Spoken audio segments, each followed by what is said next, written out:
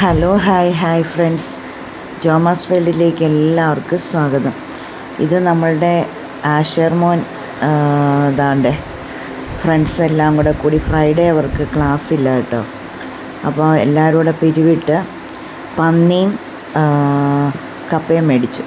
അപ്പം ആർക്കും കുക്കിംഗ് അറിയത്തില്ല, ആഷറിനെ അറിയത്തുള്ളൂ. അപ്പോൾ ആഷർ കുക്ക് ചെയ്യുക. ആ ബോട്ടിലിൽ ആദ്യം കാണിച്ചത് ഞാൻ ഇവിടുന്ന് കൊടുത്തുവിട്ട് നമ്മളുടെ ഗരം മസാല അങ്ങാടിക്കടയിൽ നിന്ന് വാങ്ങിച്ച് പൊടിച്ച് കൊടുത്തു വിട്ടു. അതെൻ്റെ അമ്മ സ്പെഷ്യലായിട്ട് പൊടിച്ച് കൊടുത്തു വിട്ടതാണ്. അതാണ് മെയിനായിട്ടും നമുക്ക് ആവശ്യം. സൂപ്പർ സാധനമാണ്. എൻ്റെ അമ്മയ്ക്ക് അതിൻ്റെ കണക്കൊക്കെ അറിയത്തുള്ളെന്നൊക്കെ പറഞ്ഞത് അത്രയും നേരം. അതിന് ശേഷം ഇച്ചിരി വെളിച്ചെണ്ണ ഒഴിക്കണമെന്ന് ഞാൻ പറഞ്ഞായിരുന്നു. പോർക്ക് വെക്കുമ്പം അതിൻ്റെ നെയ്യ് ഇങ്ങനെ സെപ്പറേറ്റ് ആയിട്ട് കിടക്കത്തില്ല, നെയ്യ് അലുത്ത് വരത്തില്ല. നെയ്യാണെങ്കിൽ പിന്നെ കഴിക്കാൻ കൊള്ളത്തില്ലല്ലോ. അപ്പോൾ ഒരു ടീസ്പൂൺ വെളിച്ചെണ്ണ ഒഴിക്കണമെന്ന് ഞാൻ പറഞ്ഞിരുന്നു. അപ്പോൾ ഇച്ചിരി കൂടുതൽ വെളിച്ചെണ്ണയൊക്കെ ഒഴിച്ച് എന്നിട്ട് മസാല ഇടുമ്പം മഞ്ഞൾപ്പൊടിയും മുളക് പൊടിയും ഗരം മസാല ഇടാവുള്ളൂ. ലാസ്റ്റ് നമ്മൾ ഒലരാനിടുമ്പം കുരുമുളക് ചതച്ചത് അമ്മ തന്നു വിട്ടിട്ടില്ല, അതിടണമെന്നൊക്കെ പറഞ്ഞു. പുള്ളി പക്ഷേ ഇച്ചിരി മീറ്റ് മസാലയൊക്കെ ഇട്ടു.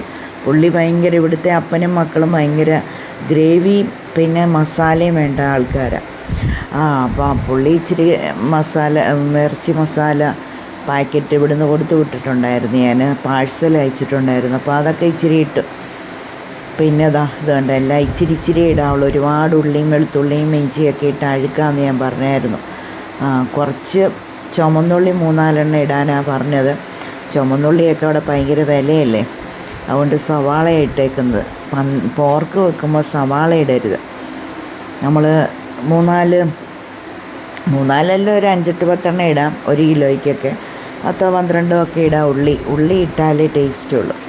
എന്നിട്ട് ഇതേ തിരുമുന്നത് ഏറ്റവും ആവശ്യമുള്ള കാര്യം. ഒട്ടും വെള്ളം ഒഴിക്കില്ല, എല്ലാം നല്ല തിരുമ്മി മിക്സ് ചെയ്യണം. ഗരം മസാല ഞാൻ പറഞ്ഞത് ഗരം മസാല പെരിഞ്ചീരകം മാത്രം ഇടണമെന്ന് പറഞ്ഞു. അപ്പോൾ പെരിഞ്ചീരകം മാത്രമായിട്ട് മോൻ്റെ കാണത്തില്ല. അവൻ്റെ ഗരം മസാലയും പൊടിച്ചു കൊടുത്തു വിട്ടത്. പിന്നെ കറിവേപ്പിലയും ഒരു 3-4 പച്ചമുളകും സവാള ഇഞ്ചി വെളുത്തുള്ളി എല്ലാം കുത്തി അരിഞ്ഞ് ചതച്ചു. അതെല്ലാം ഇട്ട് ഉപ്പുമിട്ട് വെളിച്ചെണ്ണയൊക്കെ ഒഴിച്ച് തിരുമ്മി. ഇതാ നമ്മുടെ ആഷർമോൻ.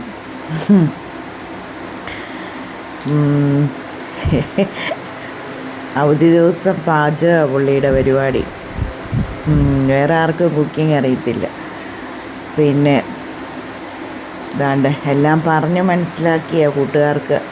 അത് അപ്പുറത്ത് താമസിക്കുന്ന, റൂമിൽ താമസിക്കുന്ന പുള്ളിയാണ്, കൊട്ടാരക്കരക്കാരന്. പുള്ളിക്കൊക്കെ അവിടെ ജോലിയാണ് കേട്ടോ. അവരെല്ലാം കൂടെ ഒരുമിച്ച് ഇവർ ഭക്ഷണം അവധി ദിവസങ്ങളെ പിരിവിട്ട് എല്ലാവരും കൂടെ വാങ്ങിച്ച് പിന്നെ എല്ലാവരും കൂടെ ഉണ്ടാക്കി കഴിക്കും. പക്ഷെ ഉണ്ടാക്കാൻ ആർക്കും അറിയത്തില്ല, ഇവനേ ഉള്ളൂ. ബാക്കി കരിഞ്ഞൊക്കെ എല്ലാവരും കൊടുക്കും. പാചകം ഇവനേ അറിയത്തുള്ളൂ. പിന്നെ കടുകിടുന്ന കാര്യം ഞാൻ പറഞ്ഞില്ലായിരുന്നു. പുള്ളി കടുകിട്ടു. കടുകിടേണ്ട ആവശ്യമില്ല.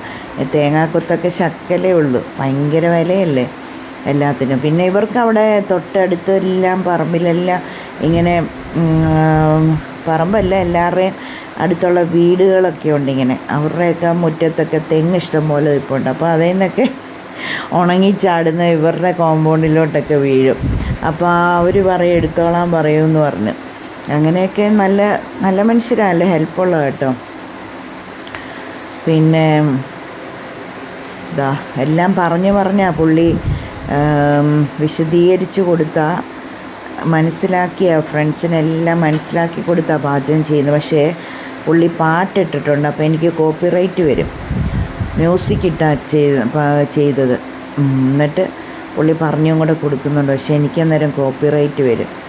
അതുകൊണ്ടാണ് മുടിയൊന്നും വെട്ടത്തില്ല. എൻ്റെ ദൈവമേ, ഇവിടുന്ന് പോയിട്ട് മുടി വെട്ടിയിട്ടില്ല.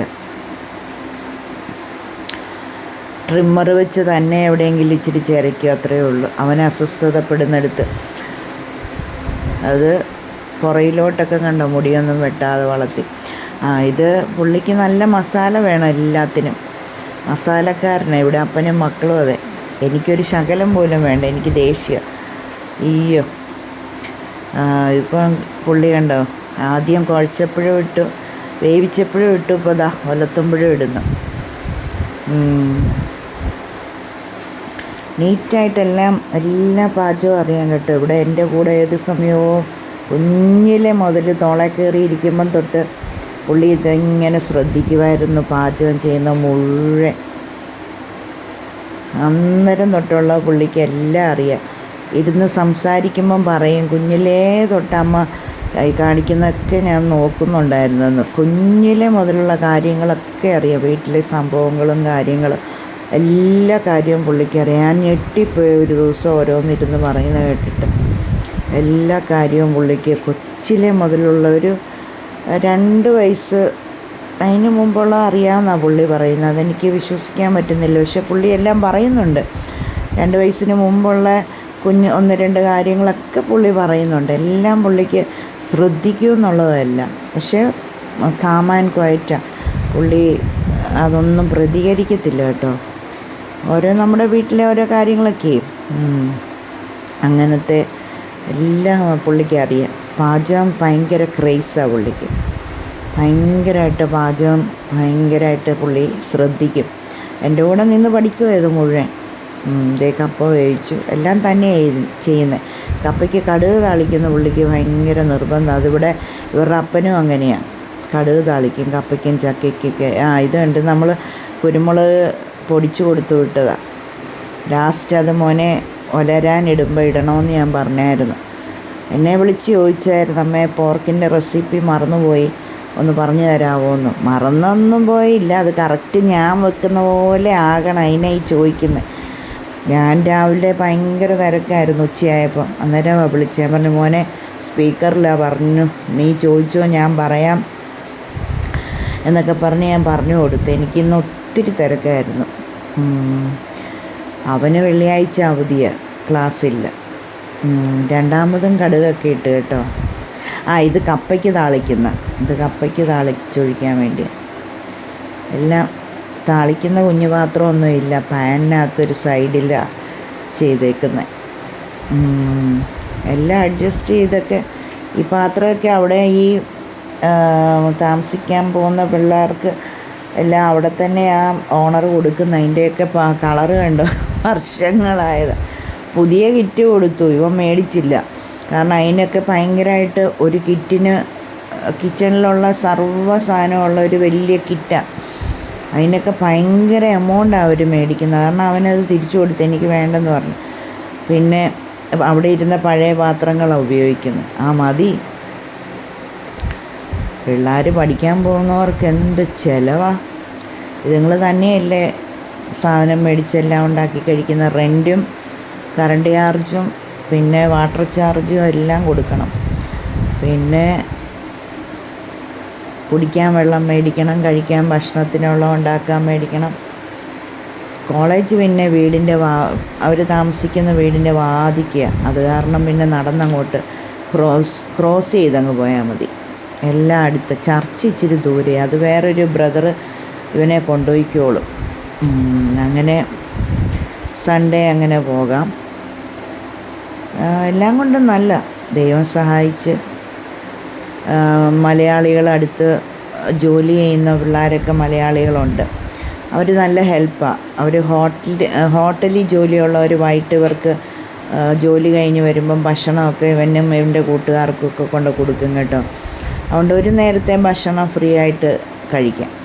പിന്നെ ഇതുപോലെ പിരിവിട്ട് എല്ലാവരും കൂടെ അപ്പുറത്ത് താമസിക്കുന്നവരും റൂമിൽ ഇങ്ങനെ അപ്പുറം ഇപ്പുറം താമസിക്കുന്ന എല്ലാവരും കൂടെ അവധി ദിവസം പിരിവിട്ട് ഇങ്ങനെ ഉണ്ടാക്കും. അല്ലാത്തപ്പം കോളേജിൽ പോകുമ്പോൾ ഇവർ ഇച്ചിരി ബസുമതി റൈസ് വേവിച്ച് വെച്ചിട്ട് പരിപ്പ് കറി ഉണ്ടാക്കി കഴിക്കും.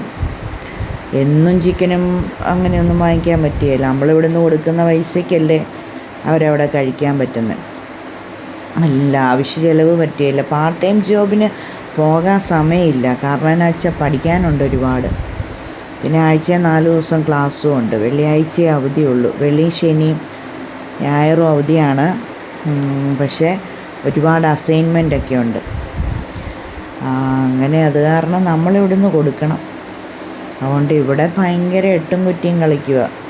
എന്നാലും കുഴപ്പമില്ല, പിള്ളേർ പഠിക്കട്ടെ, അതല്ലേ നമുക്ക് നമുക്ക് അത്യാവശ്യം എന്ന് വെച്ചാൽ നമുക്ക് സന്തോഷം. കപ്പയൊക്കെ ശക്കലേ ഉള്ളൂ, ഭയങ്കര വിലയാണ്. പോർക്ക് വലിയ വിലയില്ലെന്ന് പറഞ്ഞു. ഇതാണ് കൊട്ടാരക്കരക്കാരൻ. ഈ പുള്ളിയുടെ കയ്യിലാണ് ഞാൻ കൊട്ടാരക്കരയെ കൊണ്ടുപോയി കുറേ സാധനം മോന് കൊടുത്തു വിട്ടത്. അന്നേരം കഴിക്കുന്ന വീഡിയോ ഒക്കെ ഇട്ടില്ലായിരുന്നു ഞാൻ, പോർക്കും ബീഫും ഒക്കെ കൊടുത്തു വിട്ടതും. സുജിത്ത് ഇത് മോൻ്റെ കൂടെ പഠിക്കുന്ന ഹൈദരാബാദുകാരനെ ചന്ദ്രകാന്ത് മോദി അവൻ്റെ പേര്. അവൻ ആദ്യമായിട്ട് അവൻ്റെ ജീവിതത്തിൽ പോർക്ക് കഴിക്കുന്ന, അവൻ്റെയൊക്കെ നാട്ടിലറിഞ്ഞാൽ തല്ലിക്കൊല്ലും. പോർക്കും ബീഫും ഒക്കെ അവർക്ക് ഹറാമാണ്. മട്ടനും ചിക്കനേ കഴിക്കുകയുള്ളൂ. അവൻ ആദ്യമായിട്ട് കഴിക്കാൻ പോവുക. ആ പുല്ല് വിശന്നിരിക്കുമ്പോൾ പോർക്കെന്നൊന്നും പറഞ്ഞിരുന്ന പിള്ളേരുടെ വയറ്റിലോട്ട് വല്ലതും ചെല്ലുമോ? നമ്മുടെ മകന് പോർക്കും ബീഫും ഒക്കെ ഭയങ്കര ഇഷ്ടമാണ്. അവൻ ആദ്യമായിട്ടാണ് കഴിക്കുന്നത്, പോർക്ക് കഴിക്കുന്നത്. പാവം.